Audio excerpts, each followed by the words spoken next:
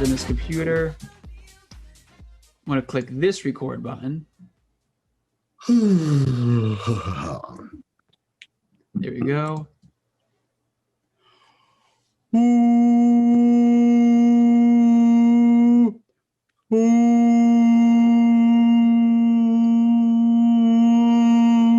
So much. All right, baby. Voice is clear. Yeah. Stopwatch is set. We're clocking. All right.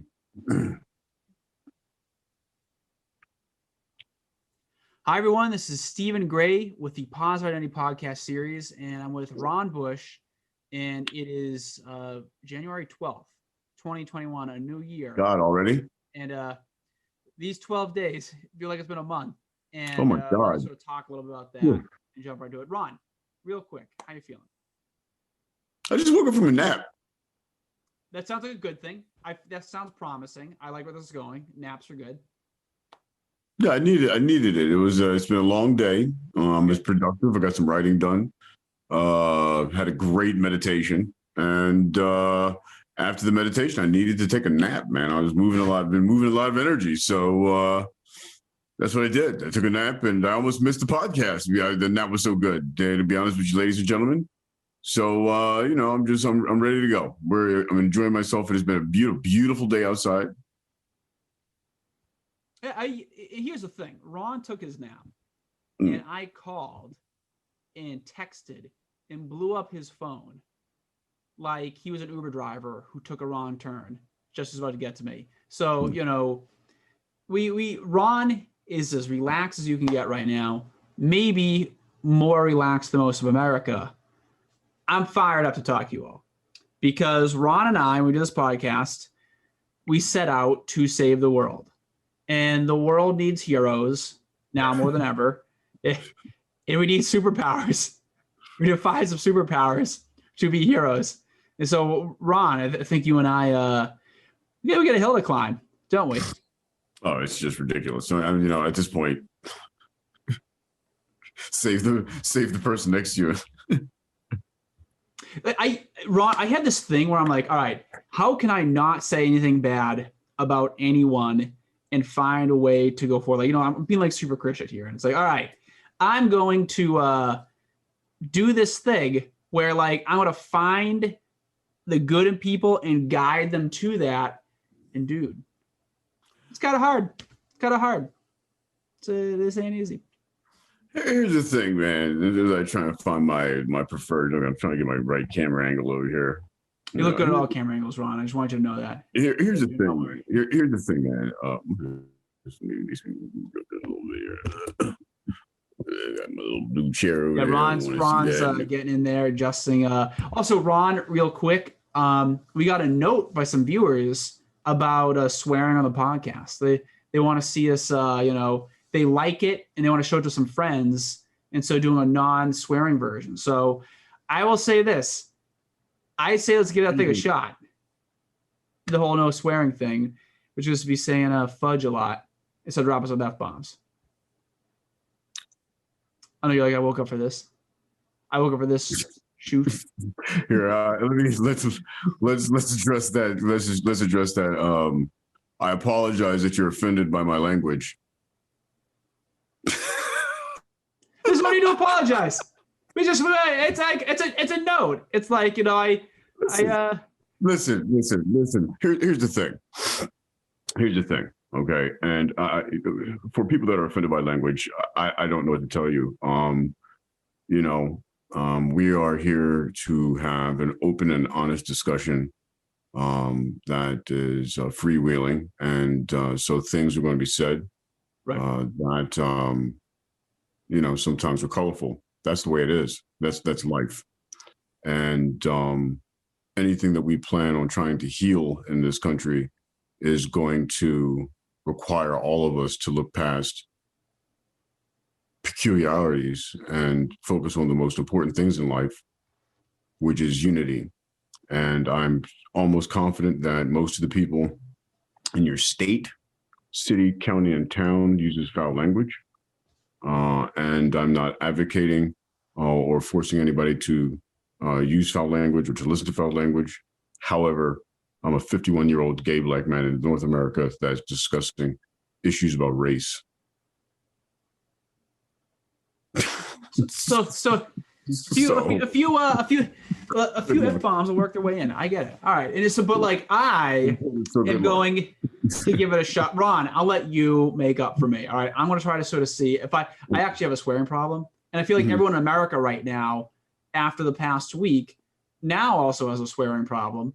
Maybe it's not a problem anymore. Maybe it's just like, no, this is what we got to do. But I don't. Let's talk about that. I think this because it's as it can apply to what we do anyway. Everyone has a core set of beliefs, and everyone has their own metric for right and wrong, and everyone has their own metric for good and bad, and all these things. I can't control that. I towards a stand. I'm a stand-up comedian. I don't tailor my words for any one specific group. I actually tailor my message for as many people as possible. Right. And that includes how I deliver it. And so, I just request anybody who wants to hear more cursing, because there are those people who want to hear less cursing. There are those people that want to hear different types of subject matter, things like that. I get it. But you know what? Listen, this is our endeavor to try and make a difference in our own way. And, we're not perfect, and neither are you. That's kind of part of what we're doing. Well, I actually think there's this is a good sort of segue to talk about, this podcast is about creating positive race relations. And we like to sort of find ways for everyone, no matter what your identity is, Asian, Black, Hispanic, Native, white, mixed, whatever you may see yourself as, you are good and you have value.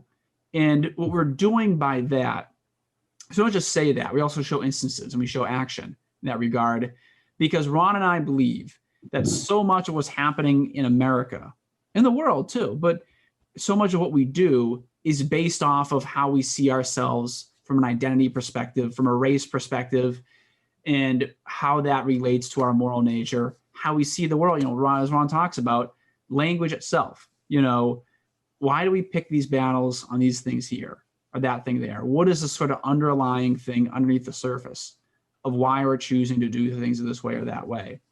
And to go back, so last week, there's the Capitol riots happened. And for the first time in the modern era, in a first world nation, the Capitol building of a country was overtaken by a mob of people.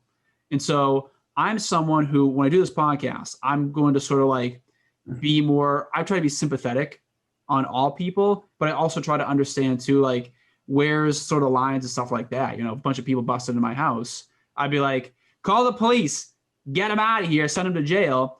But at the same time too, I like to think, if someone's doing something that they would never normally do, there's a reason for that. And there's an understanding that we have to sort of get to say, all right, you're doing this thing that you shouldn't be doing. How do we fix that? And how do we help you not never have to do that again? And so, like, we're a race relations podcast, and we're trying to sort of find some of that in this, and also think about how we sort of, like, Ron, try to work through when somebody does something that we think hurts us. You're going back to what I was just saying, and this actually, and I think I've even mentioned it before on one of the jokes on one of my newer jokes called Forgiveness. The reality of it is, the unfortunate truth of life is that there's always going to be somebody that says something that's going to hurt your feelings. There's always going to be somebody that says something off color, offensive, whatever that may be. And if we, in my humble opinion, and from, what I've been reading, what I've been taught over the years, the best way to be able to deal with people like that is from a place of strength, self-confidence, truth, compassion, right? And so, people say ignorant things and racist things to me all the time, and half the time, it's not even meant. They don't mean it that way. It's just they don't know that that's what they're doing. And so I'm not worried about the words. I'm worried about the intention. If for example, standing outside of a comedy club with this couple that I'd been teasing that night, and the woman says, pretty much, quote unquote, we're talking about the nature of one of my jokes, and she says, I think that's fantastic. I would have never known you're gay, and I don't even really like black people. That's what she said to me. And we're having a conversation. She's saying it as a way to validate something That's that fascinating. So she just to validate a point that she's trying to make. Now the other comedians were speechless. They couldn't believe what they were watching. I didn't even blink. Yeah, I would be too. I'd be like, holy shit. It happens all the time. That's my point. It happens all the time. For people of color, and in particular African Americans, it happens all the time. Mm-hmm. I don't know a black person that it doesn't happen to. And typically the only people that are going to worry about things that I say are people that things like that don't happen to. That's privilege. I don't have the privilege to get upset every time somebody says something that's offensive. I just don't. I have to, like most African Americans, most people of color in this country, we have to figure out how to diffuse the situation. Typically speaking, if African Americans in professional situations have something like that happen and they lose their cool, then they're the ones that are going to be labeled as the angry ones. This is race relations in America. This isn't me making it up. This is the template that I live by. This is kind of what we're handed, right? And so, what are the intentions of the words? What are the intentions of the person that are saying those words? If I can identify that there may have been something that I have actually done to have offended them, then I apologize. I have no problem with that. My intention is not to offend. But that's as far as I'm going to go with that, because ultimately how I choose to handle any emotional situation is my emotional choice, and so then other people have to have the room to be able to make their own emotional choice. Now, if the intention is not meant in a negative manner, but it clearly has been construed that way, then I take a few minutes like I did with that woman, and I laugh and I explain, and from a place of strength and understanding and compassion, because I've been there. I've said ignorant things before that I didn't mean to offend somebody with. So I'm recognizing that I'm not perfect. Okay, I'm not some Twitter fool who's acting like I'm some magnanimous person who's never made mistakes before. I've made plenty of mistakes. And so therefore I can have compassion. I can relate. It's the person who refuses to take ownership of their own actions when they are confronted with the information that shows that they could have been wrong, or that they could have done something wrong, or that they could have said so, whatever it is. Then allow that to happen. And the people who can't accept that, then I have a problem with that. Yeah, absolutely. But ultimately, race relations aren't going to improve in this country until everybody uses a little bit more emotional intelligence instead of reacting to the first thing that happens to them that comes up when something happens to them. And then to actually use their common sense and use their intelligence to be able to provide a different response that's going to elevate the conversation and or help improve the perspective of the person that has been saying or doing the things that you find to be distasteful. And if they don't agree, right, they don't agree. Done. That's how it works. I want to thank you for what you just said. Now, you said a lot of stuff, and people are terrible with retention. So I want to like bring in something that you really put out that is supremely important, and with something we're going to talk about today: emotional intelligence. If there's one thing that I want people to take away from in this is emotional intelligence and intent. Emotional intelligence and intent. Why? Because we have a society that I think we're finally realizing we have not really cared that much about emotional intelligence. Right. We were now we're starting to realize that, oh, this is a skill that's never taught anywhere in any public school, but literally is a foundational mechanism of how we should act as people in a multi-identity society where we, on average, see thousands of people weekly, monthly, and everything that we do that affects them affects other people, because what we do affects other people. That, to me, when we talk about, what you went through, how someone says something that, quite frankly, makes my hair stand on end. You're able to look at it in a way where you saw the dimensionality of how to deal with this thing, and you came at it in a way where, like, all right, this isn't something that is right. There's 5-10 different ways I could come at this, but I know based on the emotional work that I've done with myself, what the way that makes sense for this woman and this guy on how to deal with that, because you're thinking about where they're coming from, what's in their head, and you're coming at a place not to destroy, but to repair, build, and ultimately make better going forward. That's not something like, there's two things here. One, you have the intelligence to have that, Ron.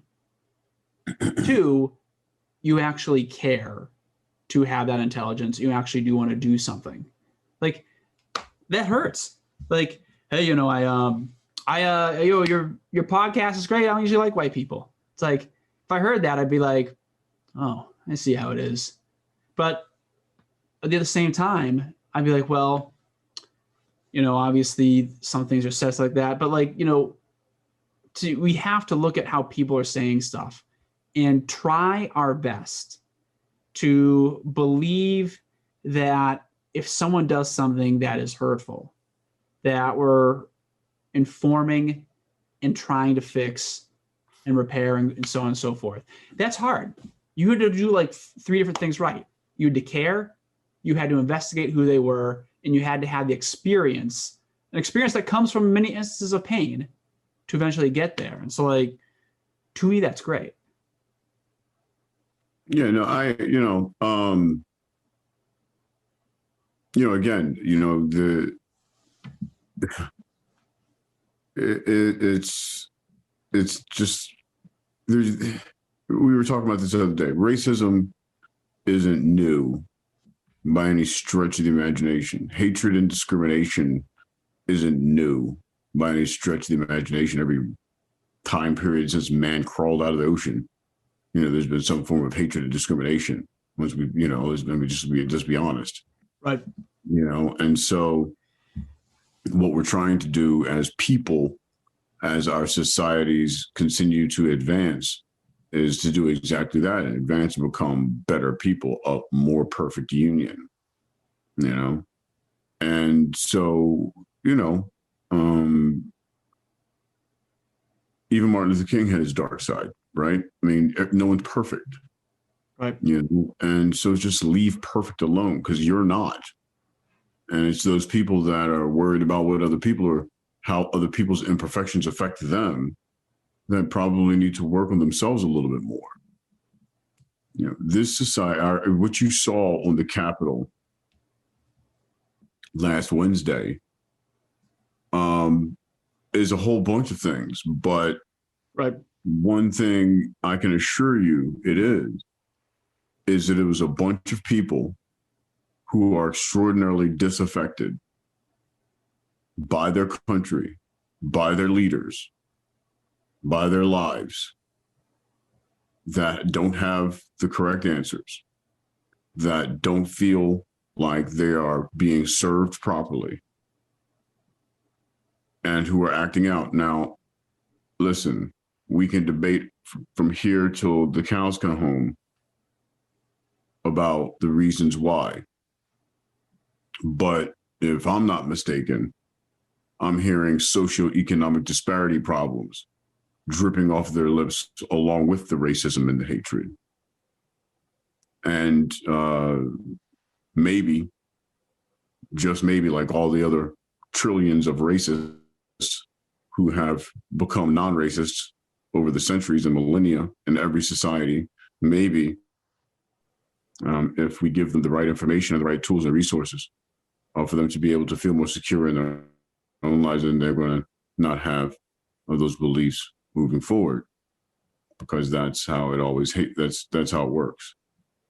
You know, I shared a video with Stephen the other day, a psychologist, talking about how compassion, love, listening, relating to these people who are literally living in an alternate reality, because they're borderline cult status. We can't, you know, that's what it is, you know. And so, how do you help these people when you're living in an alternate reality that is burdened by fear, fueled by hatred? You know, then you have to be able to relate to them.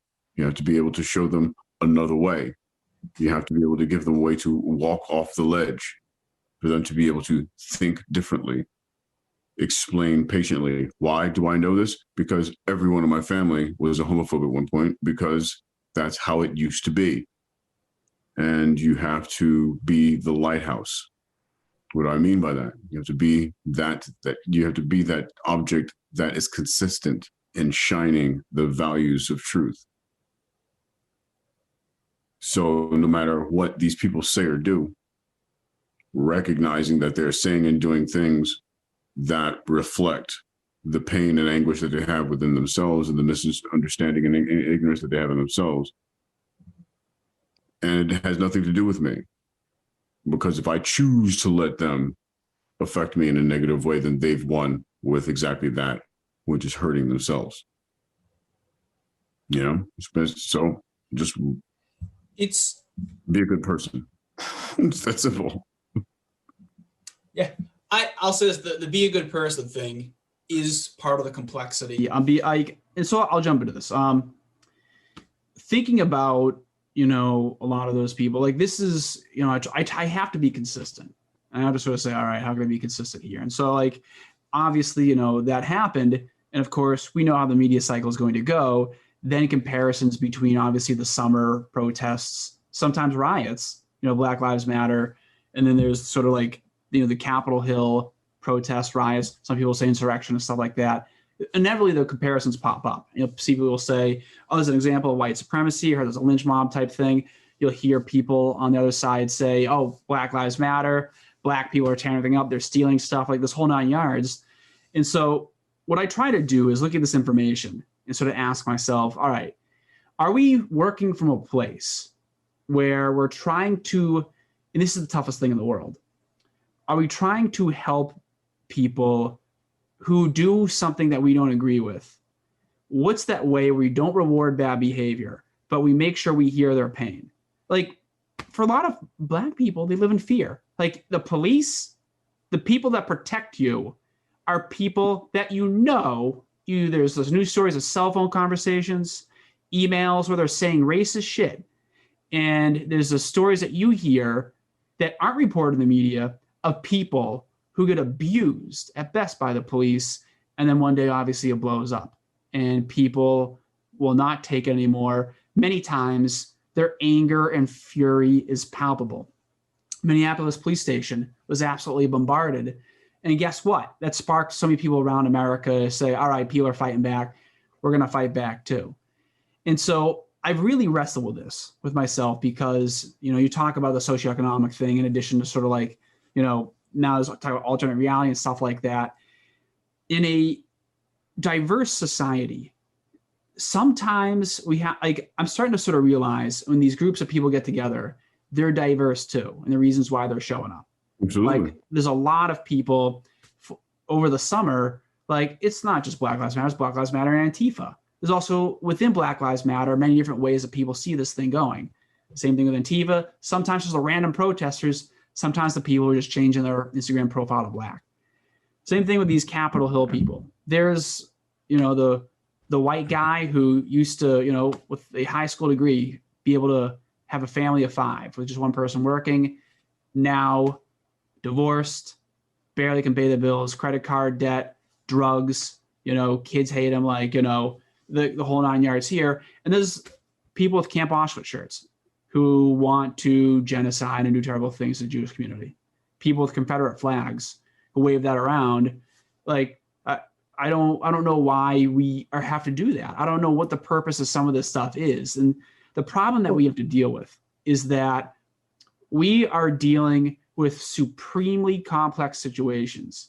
And we're trying to find the positive identity. What we realize is that that's why this whole one size fits all thing doesn't work with race. That's why specifically we're helping Asian, Black, Hispanic, white, Native, because each of those groups of people have definitive different experiences overall in America large. Obviously, each community is diverse in itself, but we have to realize that there is no one fits all, size fits all solution. You can't even compare what happened over the summer to obviously what happened on January 6th either. And so we have to sort of figure out how do we do this thing and move forward, because trust is the thing. Whatever reality people live in, if they know, if they feel like they can trust you, they will listen to your reality. And that's when you can start to open doors and move things forward. To me. Well, here's the thing. To those who want to compare the Black Lives Matter incidents, rallies, and the violence that occurred versus now. Again, for you to compare the two, you need to be able to view things from the actual factual reality of which they were born.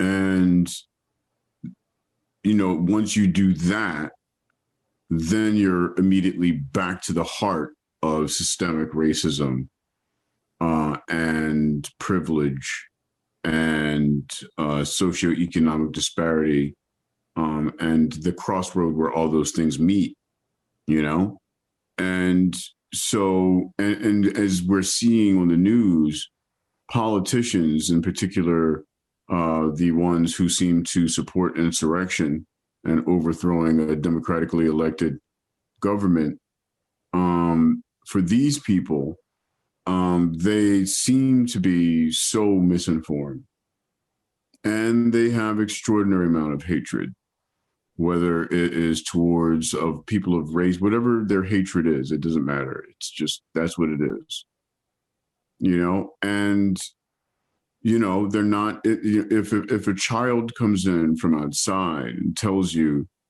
that a grizzly bear just ravaged them and drugged them across a field, you'd obviously know that they're lying to you. But if somebody is a grown adult, they're telling you that's what happened to them, and that's not what happened to them. It's impossible for that to have happened, but that's what they're telling you, you have a problem. And so, the question is, how do we first start getting everybody reading from the same hymn book, Right. And the only way that that's going to happen, I think, is through relatability, by being able to say to a person who feels disaffected, or to poor working class whites who have been disaffected into conspiracy theory wormholes and riddled with misinformation, and ignorance, to these people, the only thing you can do is relate to them. Hey, listen, I get it. You're 100% right. I agree with you. Yeah, our government has failed us. Yes. Like I was saying to you the other day, Stephen, the funny thing about all these people, every time they start talking politics, it's like, welcome to the party. We all agree. Who believes our government is working for us? Show of hands. No one. I mean, who believes that our political party. Right. We live in a world where people of all racial demographics are poorer than ever.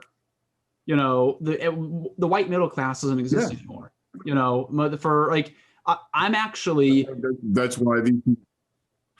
I wanted to, like, you know, okay, no, Ron, continue. I'll say something in a second, but I want you to sort of jump in, please. I think that's why they're rioting. You know, ever since George W. Bush destroyed the economy, you know, all semblance of a middle class was destroyed. We've never rebuilt it. It's only been fucking 20 years anyway.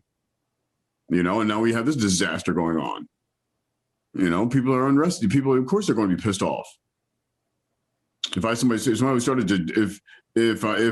people started taking my privilege, I'd be pissed off too. To me,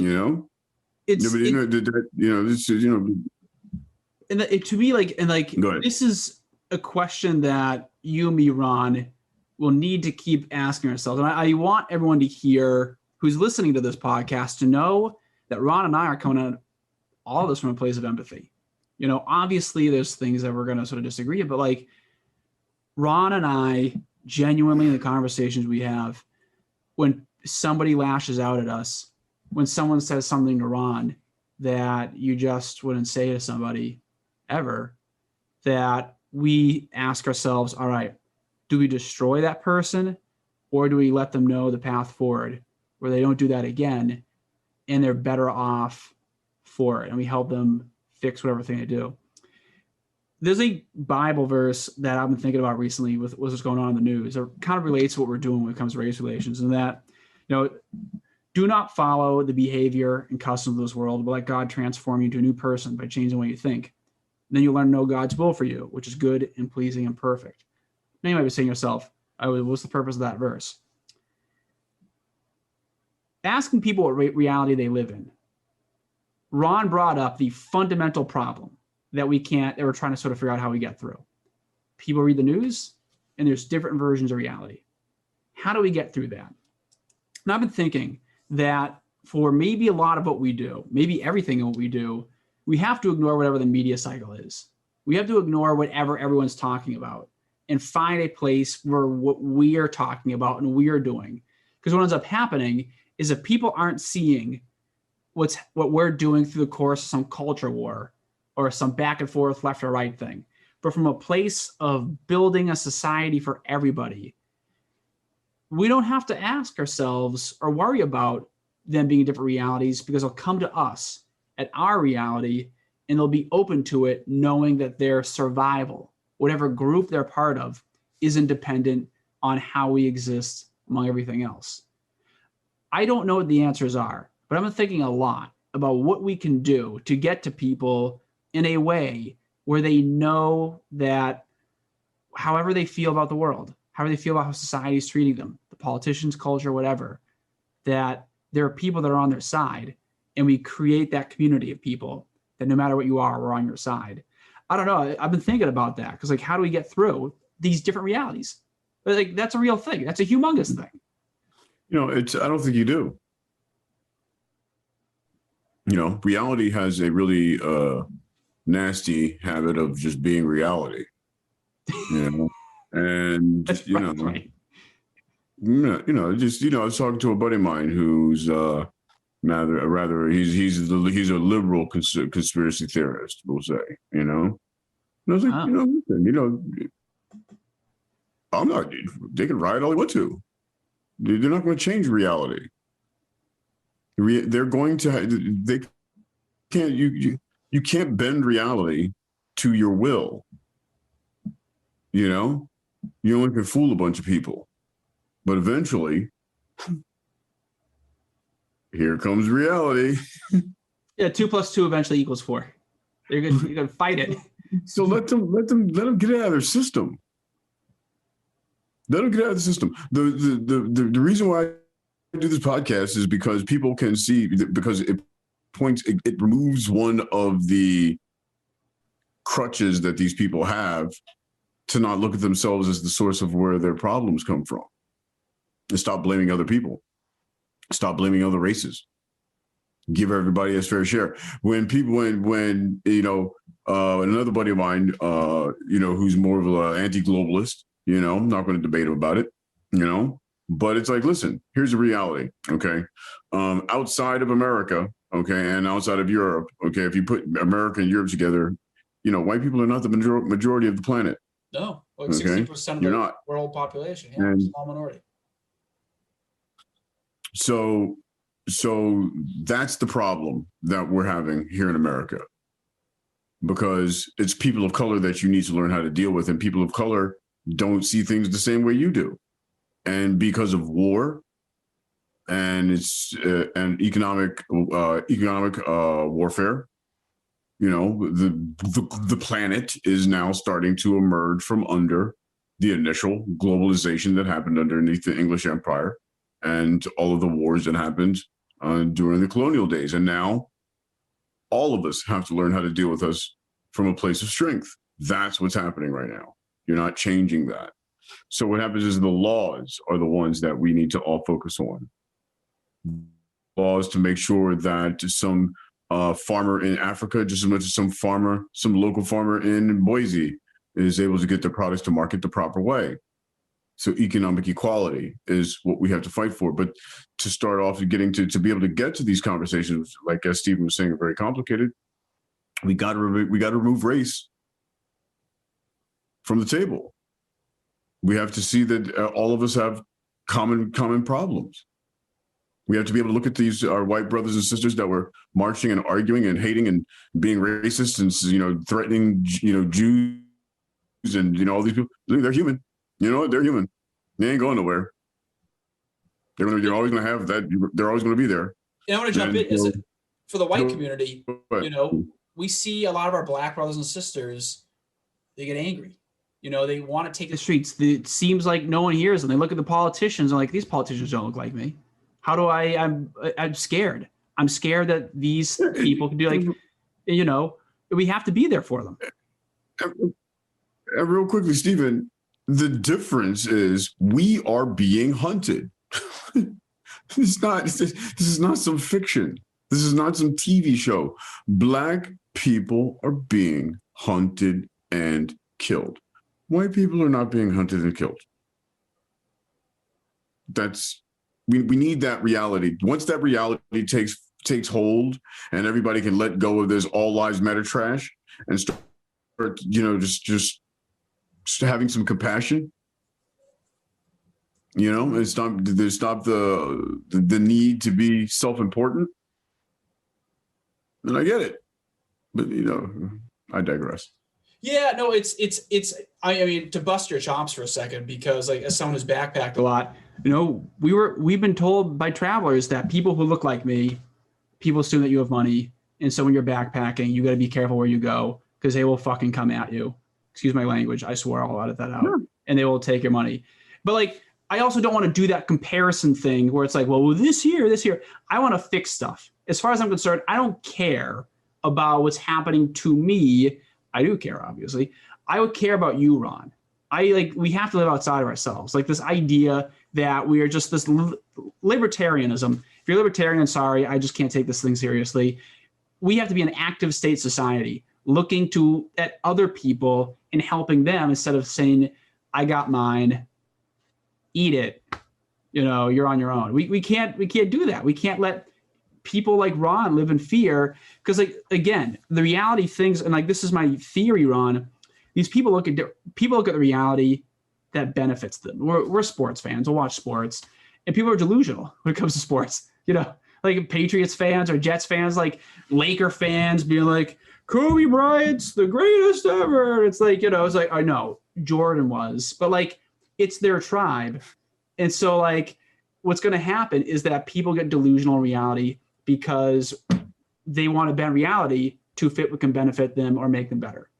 And I really, truly believe if we can create a system where everyone sees themselves as Celtics fans, that will truly be better off. Like we're on the same team. And like, that's why this race relation stuff is a super conductor right to the very human spirit of I am me.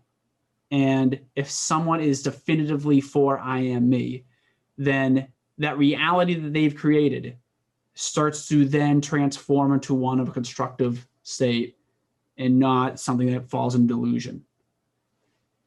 Right. I think that you know, I think it's just extraordinarily important for people who are consumed with,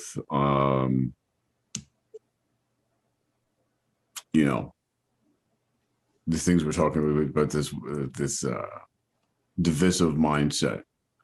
If you don't, for the anti-libertard, for the anti-liberal, for the anti-democrat, for the person who doesn't want to listen to what I'm having to say, at some point, everything that's happening in my life is my responsibility, no matter how racist America is, no matter how many times I get pulled over, no matter how many times some person calls me the N-word, no matter how many times, insert phrase here, no matter how many times that happens, you know what, that's life, and so we all have to take responsibility for our own actions and for our own emotional standpoint. And if everybody has the same opportunity, then we're all going to be in the same pain. We're going to all try and help each other also,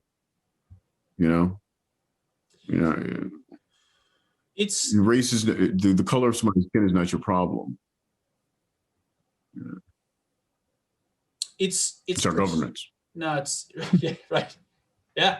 Let's the whites and the blacks get together and we'll go after those politicians. No, but like, joking aside, but seriously. And I wasn't joking, and it's not, and I'm not one of these fucking demagogues that's like go raid the governments and shit like that. That's bullshit. You're fucking out of your mind. What the fuck are you talking about? That's absolutely ridiculous. Go vote. How about that? How about being involved in your government every day? How about that?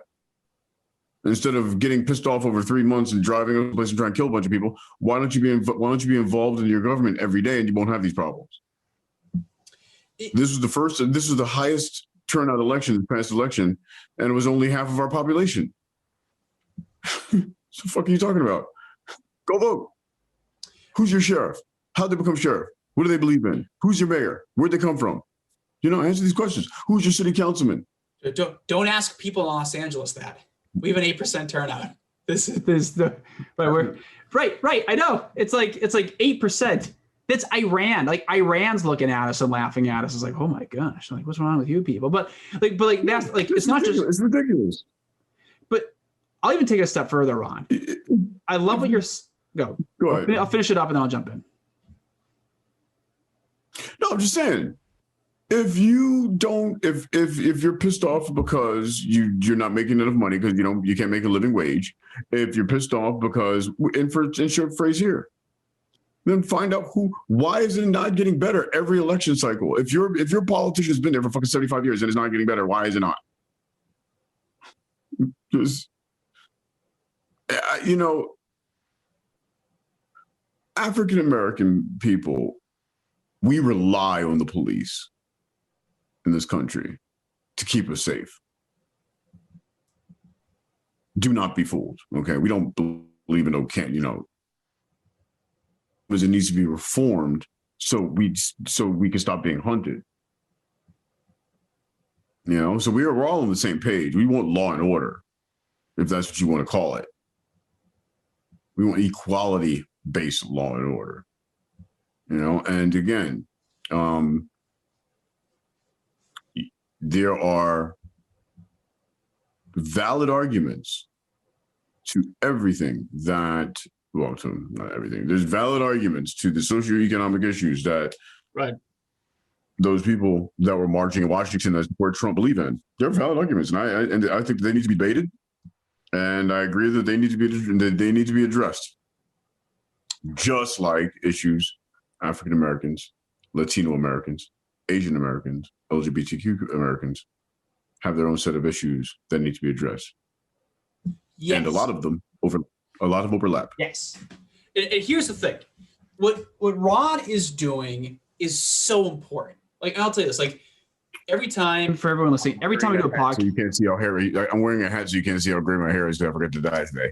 Oh. That's what I'm doing. I'll edit that part out for you, all right? Secret save with me. All right, fair enough. We'll keep it in, all right. You got hair for radio. So, like, to me, every time I do this podcast with you, Ron, I actually feel better about the state of the world. Like, it's like clockwork. I'll get done, and you'll be like, you know what? We're going to be all right. No, we're all doomed. So, no, that's how I am, all right? Every time I talk with you, it's like, you know what? We could solve these things. Because what Ron said about us getting involved in government, I'm going to take a step further. We, the people, are the government, and we got to get involved with each other. Like this thing, it's, I don't want some, excuse my language, nut job in a position of power. Get involved. But if you're looking to hurt people, we get involved. Don't get involved. Go back to wherever you were. The people that are listening to this, it's about people. It's about the humanity that we have, no matter what you are, that we have to get engaged with. And if we do that as a breakthrough point, because like I talk politics, people of all different backgrounds, and to a person, almost they have trust in a lot of my perspectives because I really, truly am sympathetic. I'm crazy. I think everyone can win. And so I think people could sense that. I was like, oh, okay, he thinks there's a pathway forward where some of my beliefs can work themselves out with all these other competing beliefs out there. And so we have to get involved with each other. And as 2021 jumps into us at full speed, right now we have to sort of say, you know what? We have the social media thing that is now this whole sort of question of what we're doing here. These tech companies are sort of like, getting involved with how they sort of see society being. But we also need to get involved with how society is being. And then once these vaccines start to go through and we're now out of our homes again in a really definitive way, and we're talking again, being around each other, partying and socializing, there's a great chance for resetting society. The conspiracy theorists talk about the Great Reset. Dude, we got to reset some stuff. No matter what you believe, we got to reset some stuff. And so as far as I'm concerned, our job is to work for people. For we the people in society, we got to make it work. It's the only way. It's through us. So you smiling there, Ron. Talk to me. I was thinking, it's like as soon as the vaccines we can really take to the streets and start burning shit down. I know it's right. They start giving out the vaccines. If people start blasting away, and it's like, whoa, slow that thing down. All right, better before. Oh yeah. Now they'll be partying. Well, they'll be drunk 24/7. What's our time check on this one, by the way? Let's take a time check. I think we've said what we had to say today, as far as I'm concerned. We're 47 minutes in. I heart you all. Oh, perfect. Yeah. We're at the I'm just going to say this. I was listening to some psychologists over the past few weeks, and ladies and gentlemen, the fervor, shall we call it, to be kind, that is infecting about 20 to 30% of our country. That's not going away. It never has. And it's not in the foreseeable future. Okay? Let's repeat that. Okay? And if you don't need to believe me, okay? Do some research. Hatred, racism, discrimination in all of its forms, okay, is not going away. What is going to change is how we, the people, see and respect each other as individuals to ensure that those people who are not reachable don't grow in numbers. Our job is to keep those numbers to as small as possible. The more that people of color and poor and working class whites are disaffected for their own valid reasons, the more we invalidate their feelings, their emotions, their needs, the more that we isolate these people, then the more you're going to have this problem. Ron, that's why you and I have the opportunity of a century here. I want to finish that as you start to think forward to 2021. Everyone is part of the war. They're on Twitter, they're on Facebook, they are firing away. They have chosen their side or whatever, so on and so forth. Right. When someone chooses a side, obviously why bother getting into someone else? That's the enemy. That's the opponent. That unreachable population we can reach into because we have made it clear choice that we're going to try. We are legitimately going to try this unity thing. And by God, whatever it takes for us to do it, we're going to do it. And I joined Parler, but they shut it down. I joined Parler too. A bunch of people are going to think, oh, this guy's a Nazi. No, the positive identity account was on it. We were posting positive race relation stuff. So how was it doing? I never checked. For everyone listening, we have a new social media team, and we'll talk about our social media team soon. Like Ron, I have like 5 posts, and like some people that followed me started saying like some really interesting stuff. And so I was like, all right, I just have to sort of work this thing out. You know, there's a science to it all. You know, I'll get there. But like, it was supportive. People were supportive. I was actually getting a bunch of followers very quickly. Steven, there's no way in the world you're going to just glance over with saying they were saying some pretty interesting stuff. What the fuck were they saying? Parler shut down. I have to check, but I remember it being like, all right, so people are following me. Great, I'll follow them back, and that type of thing. And then I'm like, all right, if I'm following someone, I'm choosing to make a decision of following those people. So like, I had to sort of like pull that back, and so like, you know, right now we'll sort of see how this thing goes. Like Gab, Parler, Rumble. Like we're gonna like both sides of the political spectrum. We are with you. We're crazy, but here's the thing: we're not crazy. There's 500 million guns in this country. If you want to like have your little civil war, eat it. We're crazy. I'm not signing up for that. I'm legitimately not signing up for that. That's you. That's not me. We're gonna find a way to make this thing work, and I believe we can. And we're gonna do this. 2021, Ron. It started hot, and we at Positive Identity are gonna make it even hotter. On that note, Ron, I heart you. And we're going to do this again next week. Let's do this. I had a great time. Ladies and gentlemen, we love you. We're out. I would not ask you to go to the Capitol and burn anything down. Just be nice people.